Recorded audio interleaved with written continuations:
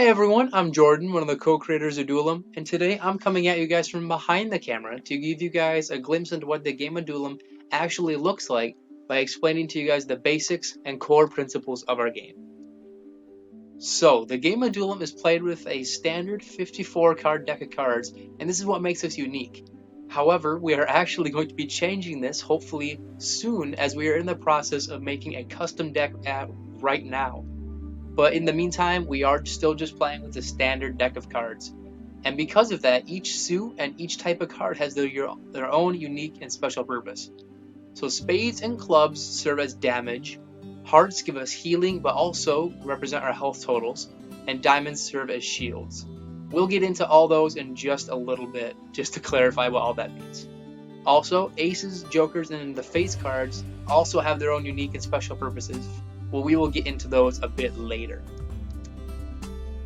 So there are 6 different playable characters in Duellum, and you all will remember that we revealed those designs to you guys just a while ago on Discord and Facebook. Well, this is how they actually manifest into the game. Each of these characters is represented by a face card that's chosen at the beginning of the game, and that will determine who you're playing as.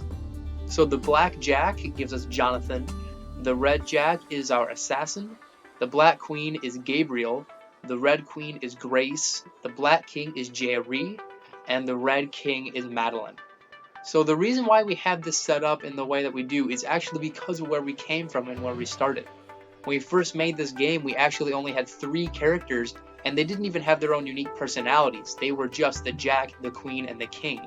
And that's why their health totals are set up in the way that they are, such that all jacks will have 10 health, queens have 15 health, and kings have 20. Actually, because of the fact that we only had those 3 at the very beginning.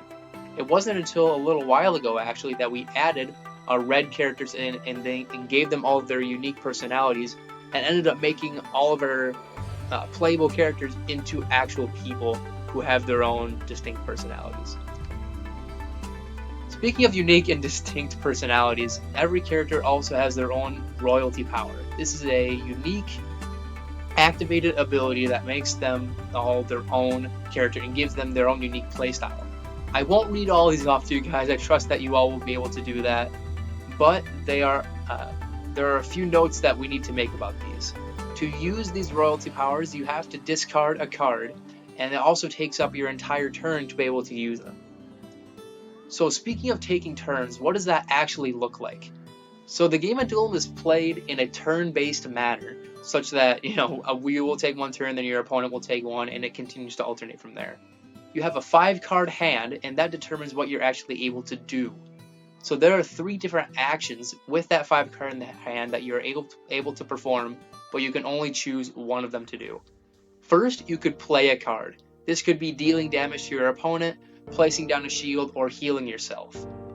Or you could discard a card. If there's nothing that you want to play or nothing that you can play, you can choose to just discard a card and then draw a new one into your hand so that you can start that cycling process. Or you could use your royalty power. As I mentioned previously, this does involve discarding a card, but there are some cases where using your royalty power would not work to your advantage, and as such, just discarding is a better option. Then at the end of your turn, you'll always want to make sure that you draw 1 card, such that you maintain that 5-card hand size.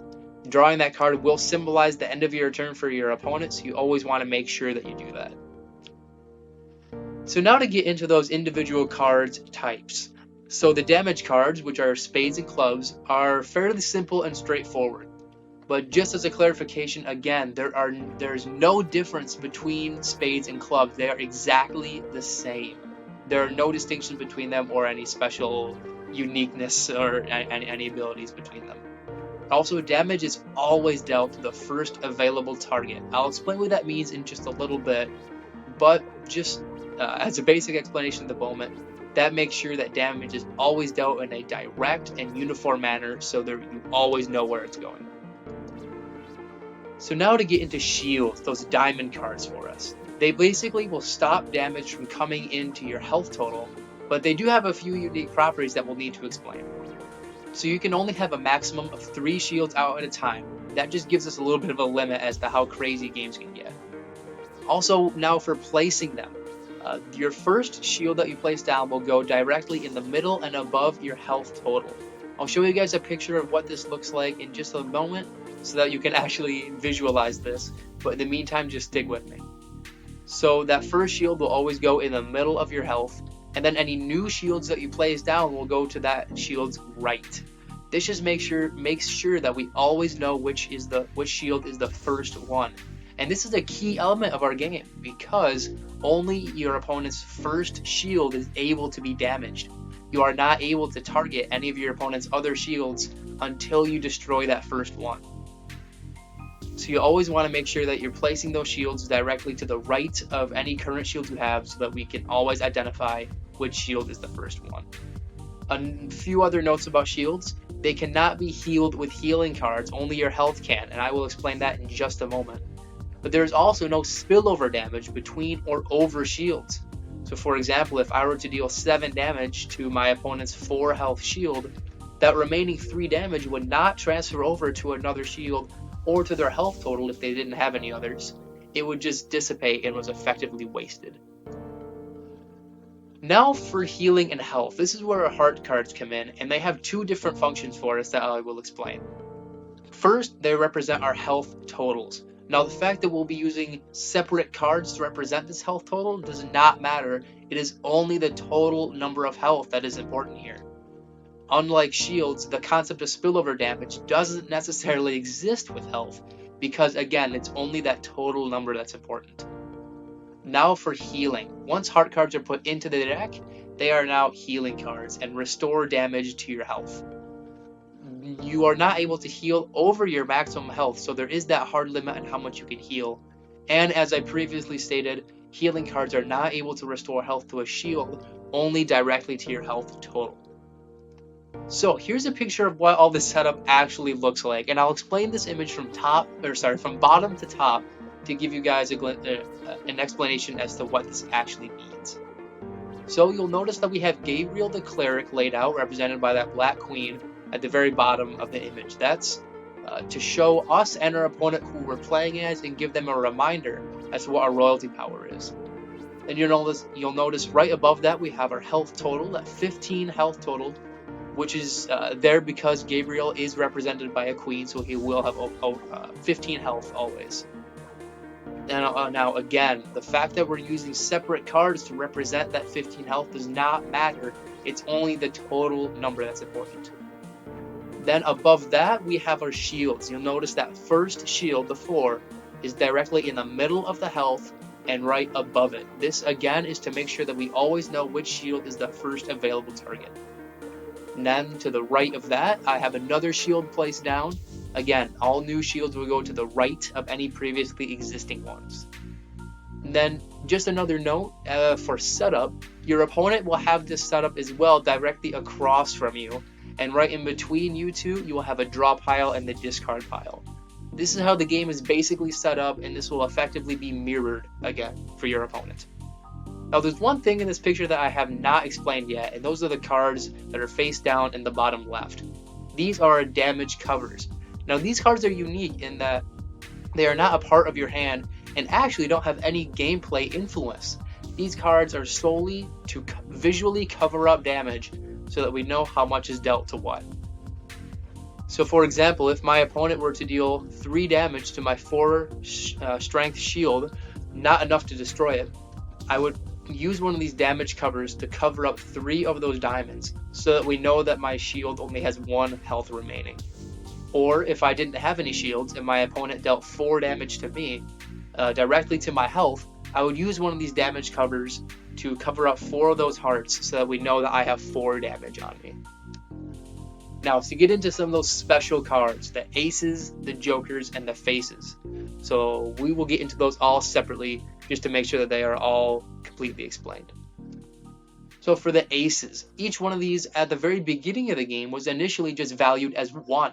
So the damage aces dealt 1 damage, the shield ace just had 1 hit point worth of health. But we ended up changing this very quickly because we realized that the aces were very underpowered. So we ended up making them all very powerful cards into the game. So the damage aces, and you'll remember that those are the spades and the clubs, destroy your opponent's first shield, or they can deal 1 damage directly to their health total, and this damage actually does ignore shields. Now, just a small note about this, the damage aces do not actually deal any damage, they only have a flat destroy effect, and this is important for the shield ace, which we'll talk about in just a moment. So that shield ace, it has a unique ability in that it requires 2 attacks to be destroyed, no matter the value of the damage that's attacking them.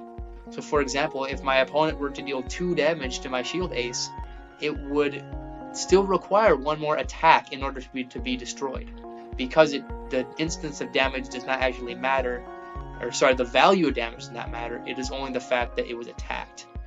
Now again, that shield ace will be instantly destroyed by a damage ace because they are not actually dealing any damage, it's a flat destroy effect. Then for the health ace, that ace of hearts. That card adds a permanent +1 health to your total for the remainder of the game. You will place this card right next to your health total to show you that you have an additional 1, and it'll give you a few positive effects with some other cards that we will talk about in just a moment. So now we have the jokers. They are fairly straightforward but very powerful. Their effect is that they destroy a shield of your choice. Now there are a few clarifications that need to be made about that. First, the shield that you destroy does not have to be your opponent's first shield. For example, if my opponent had a 2 strength shield as their first, but then a 9 shield right after that, I could choose to just destroy the 9 because I know that it'll be an issue later. Also, jokers have no effect on health, they only attack your opponent's shields. One other quick note is that the jokers will be able to instantly destroy the ace of diamonds because, again, it's not actually dealing damage, it is just a flat destroy effect. Now, because we're playing with the standard 54 card deck, there will be 2 of these in the deck to be used. And now for some face cards. So these ones are actually completely separate from the face cards that represent our characters, and they all have their own unique abilities. So there's 1 of each of these in the deck. We'll have 1 jack, 1 queen, and 1 king shuffled in to start. So the jack, when you play it, destroys all of your opponent's shields. This is obviously a very strong effect, and these are all meant to be able to swing the tide of a game in order to potentially bring you victory. The queen will restore health to your health total equal to half of your maximum health, rounded up. This is a very strong effect and will interact very positively with that ace of hearts. Since it gives you a +1 health to your health total, the queen will restore 1 additional health if you have that ace of hearts, because the value is rounded up. Now lastly, the king, when you play it, will reduce your opponent to half of their current health value, rounded up. Now this card actually interacts negatively for you with that ace of hearts because you will effectively be dealing 1 less damage to your opponent if they have that ace, because this is a rounded up damage quantity. Also, just to repeat it again, there's only 1 of these each in the deck. So you will know if you've already played the jack or if you have it in your hand, your opponent won't have one to use against you. So thank you all for watching. Those are the core principles and key aspects of our game. If you all have any questions or any comments, please give them to us. We would absolutely love to address any questions you have or respond to any comments that you'd like to say to us. We are looking to be putting out a gameplay video to you guys so you can see firsthand what a game of Duellum actually looks like. But until then, let's play some Duellum.